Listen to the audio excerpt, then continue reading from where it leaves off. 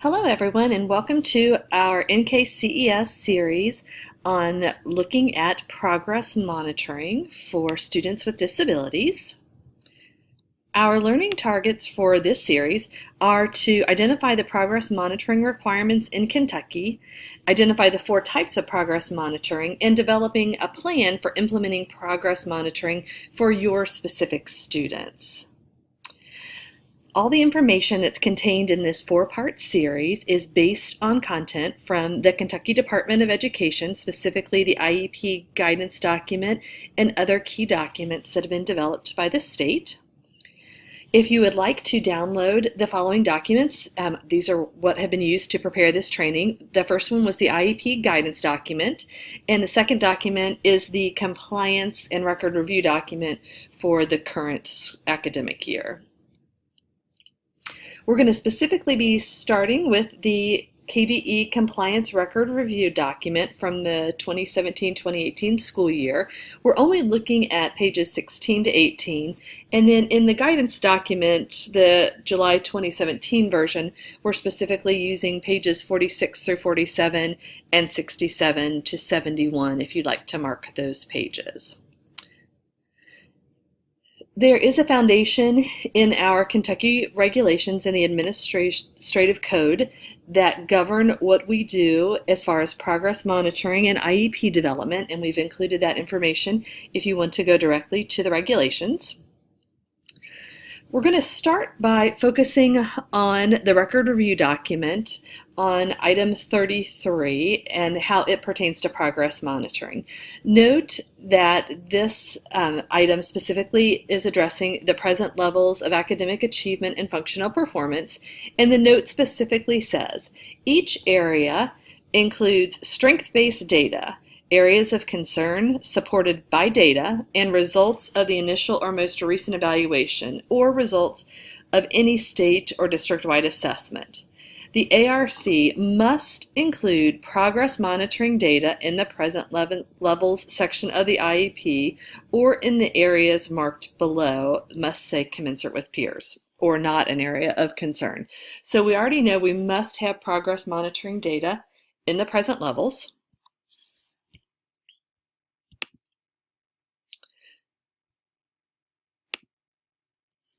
And we also know that on item 36, it says that evidence of the progress data collection and analysis for each annual goal to show how the child's progress towards meeting the annual goal was measured. We've got to have that listed in the conference summary.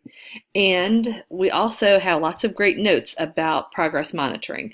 The data collection must match the frequency identified in each annual goal. Each data point must include a date. Ongoing progress data can be kept in a separate location from the due process folder if the evidence of the final analysis, those cumulative graphs, charts, checklists, and the written summary of the analysis are added to the student's due process record when the IEP is reviewed.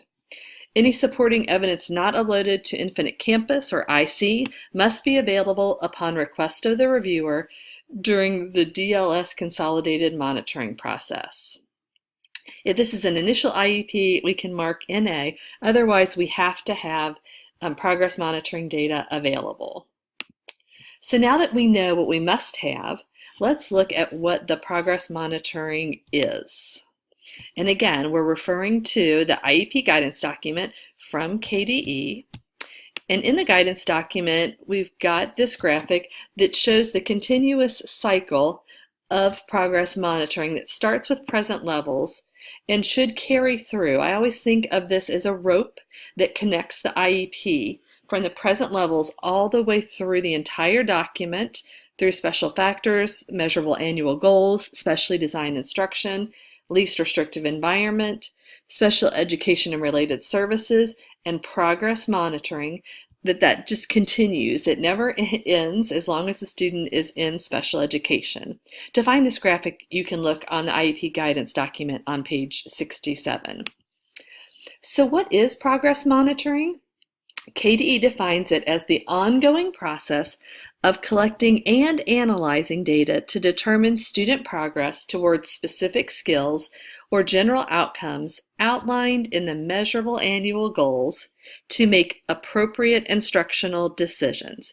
So all of these steps are crucial and have to be done together. We don't just collect and analyze data that's set aside in a separate place, but that data has to be used to make appropriate instructional decisions, and it has to be determining student progress towards a specific skill. It has to be outlined in the measurable annual goals. So make sure that when you're working on progress monitoring and IEP development, you're considering all of those pieces together. A progress monitoring system is considered to be the tools and the methods that we use to collect, graph, and analyze data, and ultimately to measure progress. It also is used to provide evidence of student performance specific to their IEP measurable annual goals. There are 6 main purposes of progress monitoring that have been identified, and those are to measure and report progress of measurable annual goals, to determine the effectiveness of instructional services, to help guide instructional decisions and make adjustments to that specially designed instruction, to determine the current level of academic or behavior performance, to provide data for the reevaluation progress, and to determine if the student continues to meet eligibility for special education and needs specially designed instruction. We always start with baseline, which describes the student's performance of a skill or strategy in measurable terms. Need a number. Baseline, the method that's used to establish baseline performance should be the same method used to monitor progress. So before we even start looking at progress monitoring, we have to make sure that we've identified the system we're going to use and have collected that baseline data. I included a graphic here that shows that whatever I have here should be the same here and here. We shouldn't have all different things happening, but it should be consistent from baseline all the way through progress monitoring. When we're looking at current baseline performance in the present level section, it should align to all measurable annual goals, and they should not be written in any area in which current baseline information is not documented in the present levels. Must have baseline in the present levels to create a measurable annual goal. That baseline data for an initial IEP is based on student performance data, research-based intervention data, and instructional data within the integrated assessment report. And the baseline data for subsequent IEPs is based on IEP progress monitoring. When we're looking at the ways to calculate baseline, the first way we can do that is through median, and a median is used when probes are collected in a single data collection period. This is used for new students that have no baseline data, or we've got no previous progress monitoring data. To calculate the median, we're going to put the list of numbers in order, smallest to largest, and the middle number is the median. If we have an even number of scores, we calculate the average of the 2 middle scores. So for example, if we have this series of numbers, we place those numbers in order and then find that the median score is 52. If you'd like to practice, feel free to stop the video and you can order these numbers to find the median. Another way to calculate baseline is using mean, and mean is used when the data points can be collected over time and across settings. This is considered best practice. Mean is an average where you take the sum of all scores divided by the number of scores.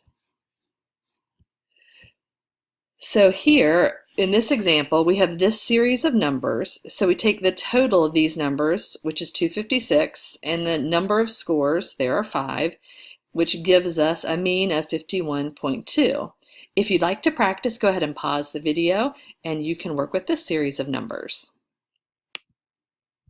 If you've got any questions about what we've covered so far, please check KDE's site. Feel free to check our website at nkces.org. We are always happy to help. We hope that you've enjoyed part 1 and will join us for part 2.